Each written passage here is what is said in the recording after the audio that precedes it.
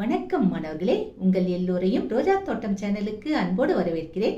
மாணவர்களே, இன்று நாம் இயல் 6 தரப்பட்டுள்ள மொழியை ஆள்வோம் மொழியோடு விளையாடு பயிற்சிகளுக்கான விடைகளை படிக்கலாமா? முதலில் மொழியை ஆள்வோம். பக்கம் 129. இந்த பக்கத்துல பாத்தீங்கன்னா பின்வரும் தொடர்களில் உள்ள பிழைகளை திருத்தி எழுதுக இந்த மாதிரி கேட்டிருக்காங்களா? 5 தொடர்கள் தரப்பட்டிருக்கு. இந்த தொடர்களில் உள்ள பிழைகளை நாம் திருத்தி எழுத வேண்டும். இதற்கான விளக்கம் உங்களுக்கு வேணும்னா இதற்கு மேலேயே கொடுத்துருக்காங்க பாருங்க, எதிர்மறை சொற்கள்னு போட்டு அழகா கொடுத்துருக்காங்க. அதை நீங்க படிச்சு பாத்தீங்கன்னா இந்த பயிற்சியை மிக எளிதாக செய்யலாம். முதல்ல என்ன கேட்டிருக்காங்க? அதை செய்தது நான் அன்று. இதில் உள்ள பிழையை எப்படி திருத்தி எழுதலாம்? அதை செய்தது நான் அல்லேன்.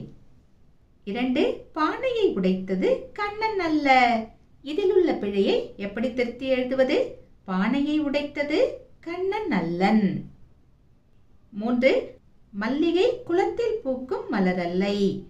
இதில் உள்ள பிழையை எப்படி திருத்தி எழுதலாம்? மல்லிகை குளத்தில் பூக்கும் மலர் அன்று. இப்படி எழுத வேண்டும்.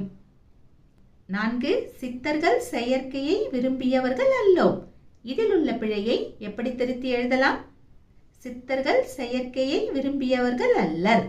இப்படி எழுத வேண்டும். கடைசியாக பகைவர் நீவீர் அல்லர். இதனை எப்படி திருத்தி எழுதுவது? பகைவர் நீவீர் அல்லீர். இப்படி எழுத வேண்டும். அடுத்தது கட்டுரை எழுதுக. நாட்டின் வளர்ச்சியில் இளைஞர்களின் பங்கு. சுருக்கமாக ஒரு சிறிய கட்டுரையை நாம் எழுதலாம். முயற்சி செய்யலாமா? நாட்டின் வளர்ச்சியில் இளைஞர்களின் பங்கு. முன்னுரை. ஒரு நாட்டின் வளர்ச்சியில் இளைஞர்களின் பங்கு மிக முக்கியமானது. ஒரு நாட்டின் வளர்ச்சி என்பது அனைத்து துறைகளின் ஒட்டுமொத்த வளர்ச்சியை குறிக்கும். ஒவ்வொரு துறையிலும் இளைஞர்களின் பங்களிப்பு இருந்தால் மட்டுமே வளர்ச்சி சாத்தியமாகிறது. துறைகள். நமது நாட்டில் மனிதவளத்துறை, சுகாதாரத்துறை, போக்குவரத்துத்துறை, மின்சாரத்துறை, தகவல் தொழில்நுட்பத்துறை, விளையாட்டுத்துறை என பல துறைகள் செயல்படுகின்றன. ஒவ்வொரு துறையிலும் தேவையான மாற்றங்களை செய்து புதிய வழிவகைகளை புகுத்தி அவைகளை திறம்பட செயல்பட வைப்பதில் இளைஞர்கள் முக்கிய பங்காற்றுகிறார்கள். அடுத்த தலைப்பு வளர்ச்சியின் வேர். ஒரு நாட்டின் வளர்ச்சியில் இராணுவம் முக்கிய இடத்தை பெறுகிறது. ஒரு நாடு பாதுகாப்பாக இருந்தால் மட்டுமே வளர்ச்சியை காண முடியும். வளர்ச்சியின் வேராக இருக்கும் இராணுவத்தில் இளைஞர்களின் பங்கு அளப்பரியது. அடுத்த தலைப்பு தொழில்நுட்ப வளர்ச்சி. இந்தியாவில் தொழில் வளர்ச்சி நல்ல முன்னேற்றத்தை கண்டுள்ளது. நாம் பல பொருட்களை ஏற்றுமதி செய்கிறோம். பொருட்களின் உற்பத்தியில் நுட்பத்தை செலுத்தி புதுமையை படைத்துக் கொண்டிருப்பவர்கள் இளைஞர்களே. அடுத்த தலைப்பு விழிப்புணர்வு.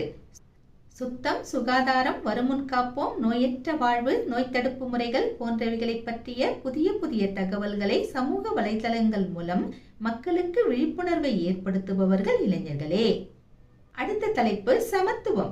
எல்லோரும் சமம் என்ற மந்திரமே ஒரு நாட்டின் வளர்ச்சிக்கு ஊன்றுகோலாய் உள்ளது. அந்த ஊன்றுகோலை தூக்கி பிடிப்பவர்கள் இளைஞர்களே. அடுத்த தலைப்பு புத்திசாலித்தனம். கடினமாக உழைப்பது எவ்வளவு முக்கியமோ அதே அளவிற்கு புத்திசாலித்தனமாக உழைப்பதும் முக்கியமாகும். இன்றைய இளைஞர்கள் புத்திசாலித்தனமாக உழைத்து நாட்டை முன்னேற்றுகிறார்கள். இளைஞர்களை தவிர்த்துவிட்டு ஒரு நாட்டில் முன்னேற்றத்தை காண்பது கடினம். வயதானவர்களால் நாட்டிற்கு ஒரு அளவிற்கு மட்டுமே வளர்ச்சியை தர முடியும். குழந்தைகள் நாட்டின் எதிர்காலம். அவர்கள் எதிர்கால வளர்ச்சிக்கு நிச்சயம் பங்காற்றுவார்கள். ஆனால் நிகழ்கால வளர்ச்சிக்கு இளைஞர்கள் அவசியம் தேவை. கடைசியாக முடிவுரை. இளைஞர்களின் கல்வி, உழைப்பு, சமூக சேவை, அறிவு, ஆற்றல், ஒழுக்கம் முதலிய பலவும் நாட்டின் வளர்ச்சிக்கு அவசியமாகின்றன. இளைஞர்கள் இவைகளை மனதில் கொண்டு செயல்பட வேண்டும்.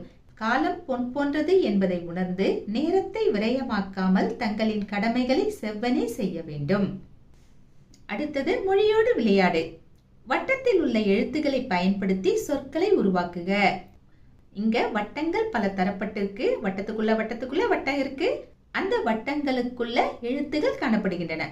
இவற்றை பயன்படுத்தி புதிய புதிய சொற்களை நாம் உருவாக்க வேண்டும். முயற்சி செய்யலாமா?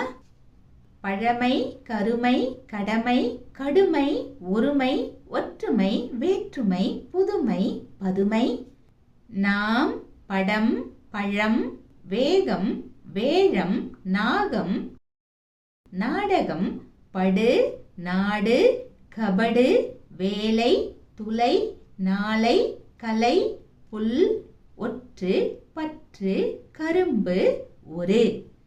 இந்த சொற்கள் மட்டுமல்ல, நீங்க ஊன்றி கவனிச்சா இன்னும் நிறைய சொற்கள் உங்களுக்கு கிடைக்கும். அடுத்து என்ன தரப்பட்டிருக்கு? சொற்களை வரிசைப்படுத்தி சரியான தொடரை எழுதுக. முதல்ல என்ன கொடுத்திருக்காங்க? பார்க்கும் பொழுது, உள்ளது, அதிசயமாக, உன்னை, சிங்கி. இப்படி முறை மாறி கொடுத்திருக்காங்க. இதை நாம முறைப்படுத்தி எழுதணும். முயற்சி செய்யலாமா?